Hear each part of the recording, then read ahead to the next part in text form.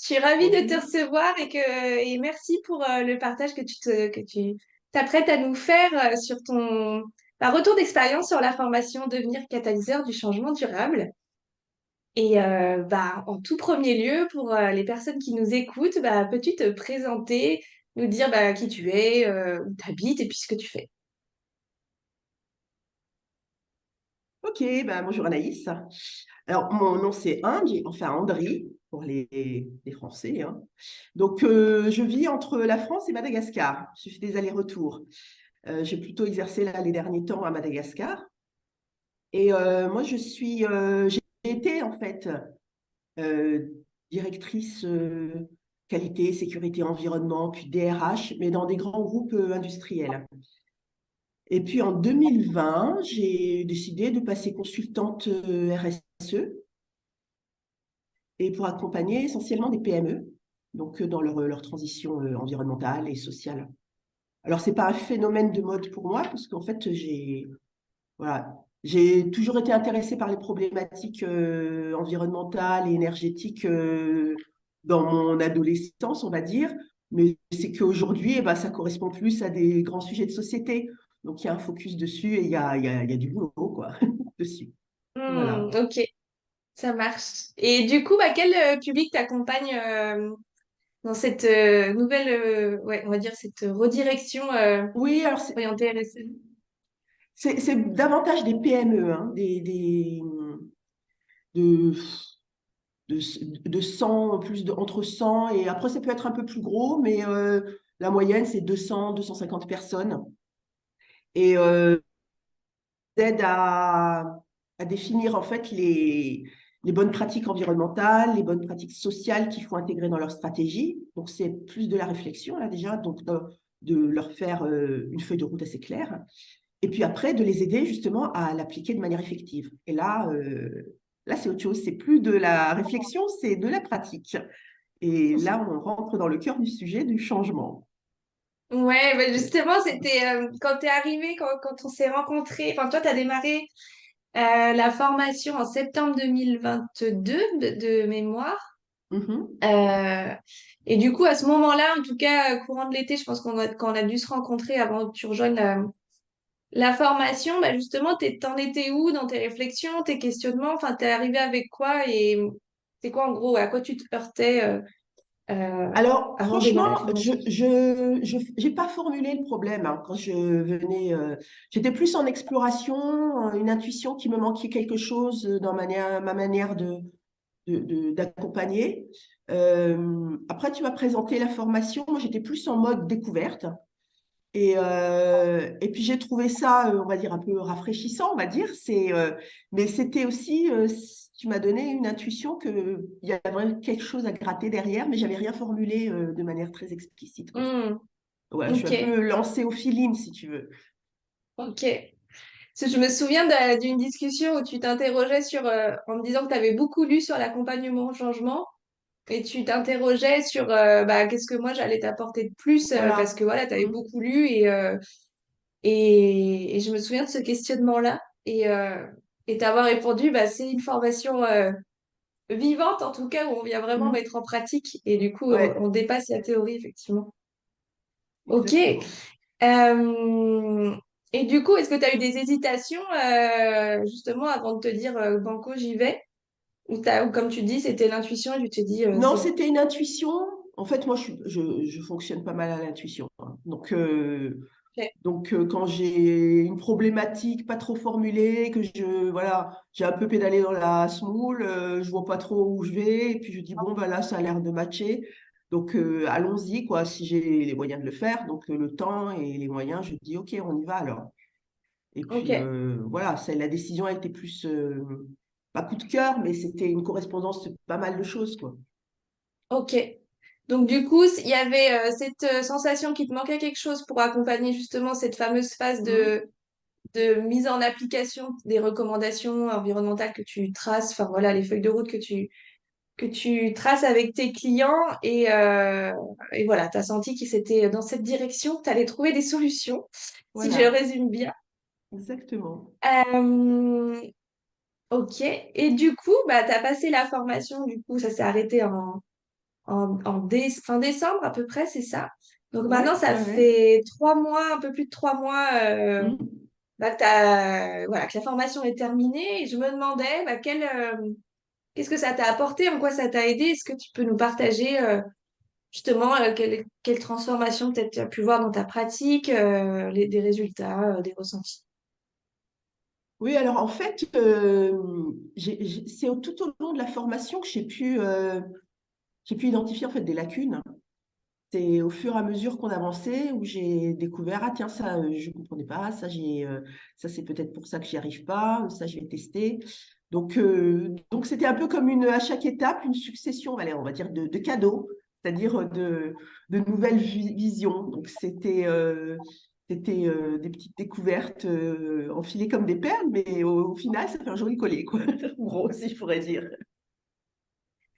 Donc, pour être plus précise, donc en fait, la première chose, on va dire la première paire, c'était au tout début, c'était vraiment comme ça, là, ça a l'air bête comme ça, mais c'était conduire le changement et accompagner, c'est pas la même chose. Je dis, ah ouais, tiens. Donc, euh, donc ça m'a permis c'était un peu le sujet, ça m'a permis d'être plus vigilante sur la demande du client. Donc déjà, la demande du Hmm. client, je me dis, là, des fois, on n'est pas très clair.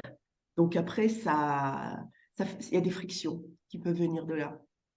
Donc ça, c'était un point qui m'a permis de bien clarifier les contrats. Et puis après, ben, le fait de faire attention, d'être plus attentive à tout ce qui est dimension émotionnelle de l'interlocuteur, parce que bah, c'est lui qui fait le job, quoi. Donc c'est voilà. Donc c'était les deux gros points du démarrage, quoi. Voilà. Donc Ok. là, on est directement Et, dans l'humain. Mm. et du coup, une fois que tu as remis en pratique, tu as continué tes missions avec les entreprises, qu'est-ce que tu as pu observer est-ce que tu as je vais dire des anecdotes, mais des choses à partager sur justement est-ce qu'il y a des choses qui ont changé? Oui, il y a des contrats qui sont arrêtés même, parce que, mais bon, de manière voilà, sereine et équitable, on va dire, avec la direction. Parce que, par exemple, il demandait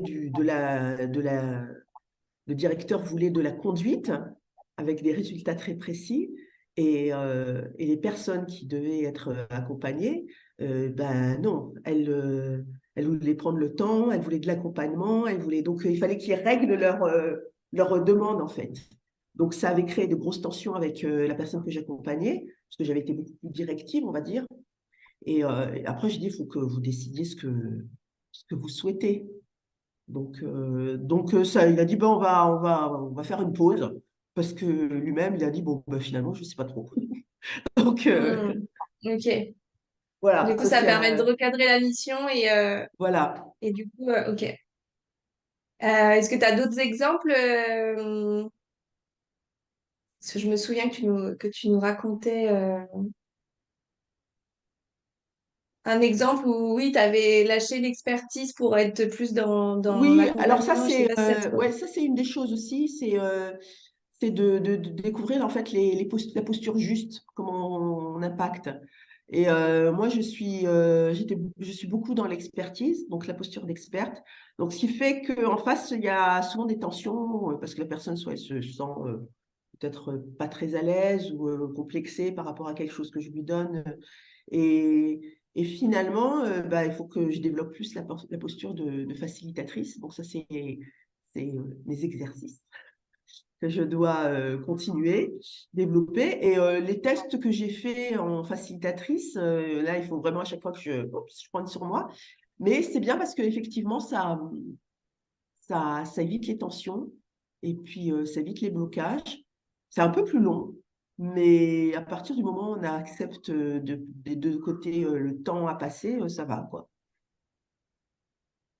C'est plus... Quand tu dis que ça va, c'est que ça... Ouais, ça prend plus de temps, mais tu arrives Tu vois que ça avance, c'est ça? Oui, Quand tu alors dis que ça va?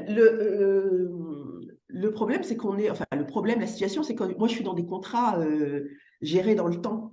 Donc, Mm. il faut que je les amène dans une durée déterminée. Donc, c'est le problème des PME, elles n'ont pas toujours tout l'argent, toute la disponibilité. Donc, il faut que quand même je gère une progression, que je les encourage plus. Et j'ai pas ad vitam aeternam qu'elles changent de comportement. Donc, le côté facilitateur, je l'utilise et je sais que ça marche. Mais des fois, il faut que je ronge mon frein en me disant où est-ce que je vais aller plus vite après parce que il faut quand même Hmm. qu'on respecte les délais. Ouais, donc l'idée, c'est comme, parce que c'est de trouver l'équilibre, quoi, Voilà. Mm. entre ces casquettes et pour aussi prendre, comment dire, tenir compte des besoins que tu disais, de ton client qui est aussi problématique temps-argent. Et du coup, est-ce que tu peux nous partager quel a été du coup, si tu devais en retenir qu'un, quel a été le plus grand changement que tu as vécu dans cette formation? Bah, c'est clairement l'adoption de la posture de facilitateur. C'est, ça a l'air un peu comme ça, pas bateau, mais quelque chose d'un peu théorique, mais finalement, non, pas du tout. Ça Ok. fonctionne, quoi. Ça fonctionne quand on lâche un peu la maîtrise et qu'on laisse l'autre errer et qu'on le conforte, quoi, dans sa démarche. Ok. Et du coup, pour toutes les personnes qui nous regardent, qui sont comme toi, des professionnels qui accompagnent la transition avec un grand T, et qui s'interrogent voilà, sur l'intérêt de se former à justement l'accompagnement au changement, qu'est-ce que tu leur dirais, qu'est-ce que tu leur conseillerais? Ben, un peu comme moi, quoi. Finalement, il y a vraiment des clés à avoir. Donc, la formation, elle donne des clés. Puis en plus, c'est pragmatique. Donc, on les teste directement. Et que bah, le facteur humain, c'est le paramètre incontournable quand on fait un accompagnement au changement dans la transition. Parce que, bon, adopter des nouvelles pratiques et trouver ses fruits, c'est du temps, quoi. Donc, il faut pouvoir entretenir l'envie de la personne, sa motivation, la conforter dans sa capacité à faire les choses. Et ça, c'est le gros travail, finalement. Il y a notre expertise et puis il y a ce volet-là humain qui, je veux dire, c'est à 50-50, quoi, pratiquement. Donc, on ne peut pas faire l'impasse dessus et dire, bah, je lui ai dit, pourquoi il n'arrive pas à comprendre, quoi. Enfin, c'est un peu ça, quoi. C'est pas une machine en face qu'on a. Et ils n'ont pas les mêmes parcours que moi, ils n'ont pas eu la même. Voilà, ils ne peuvent pas comprendre à la même vitesse. C'est cet aspect-là, c'est important. Et il y en a un qui. Tu connais le PFH? Ah oui, Ouais. oui, oui, oui, oui, le précieux Oui. facteur Ben, humain putain de facteur humain. ou le Voilà, putain de facteur voilà. humain. Donc voilà, c'est ça qu'on gère quoi, au quotidien dans cette transition. Donc C'est quand ça, on se plante un peu, on se dit oh là là. Et puis quand c'est fluide, et ben on se dit bah, ça va tout seul, c'est génial quoi. Donc c'est oui, la ça. formation, ouais, C'est comment transformer le putain de facteur humain en précieux en voilà. précieux facteur humain, ouais. Voilà, moi je dirais que ça a mis une démarche pratique, vivante sur cette théorie, quoi, de dire on passe de l'un à l'autre. Et puis bon, bah, c'est dans un cercle, on va dire, on est en confiance quoi, entre nous. Et puis en plus, la cerise sur le gâteau maintenant, c'est la plateforme des catalyseurs. Parce qu'une fois qu'on l'intègre, on est entre initiés puis il y a de belles rencontres. Donc c'est sympa. Voilà. Ah, super. Oui, il y a une communauté des catalyseurs que voilà, je maintiens et parce que bah voilà, au final, c'est encore un petit monde, même s'il tend à s'agrandir, on est encore un petit monde dans les acteurs de la transition et c'est important pour moi de continuer à se soutenir, à partager nos expériences, nos idées, etc. Et du coup, il y a cette communauté des catalyseurs que chaque participant intègre après la formation. Ben, merci beaucoup, Andri. Alors, du coup, Merci beaucoup. redis-moi comment le dire en malgache. Angie, Angie, Angie. Ah, voilà. Angie, ok. Eh ben, merci beaucoup, Angie. Eh ben, merci à C'est toi. vrai que c'est toujours C'est un Et bravo pour l'initiative, c'est bien. J'ai bien apprécié. C'est super. Et ben, je suis ravie, je te souhaite une très belle continuation et puis on se retrouve dans tous les cas dans la communauté. Au revoir, merci. Allez, au revoir. À bientôt.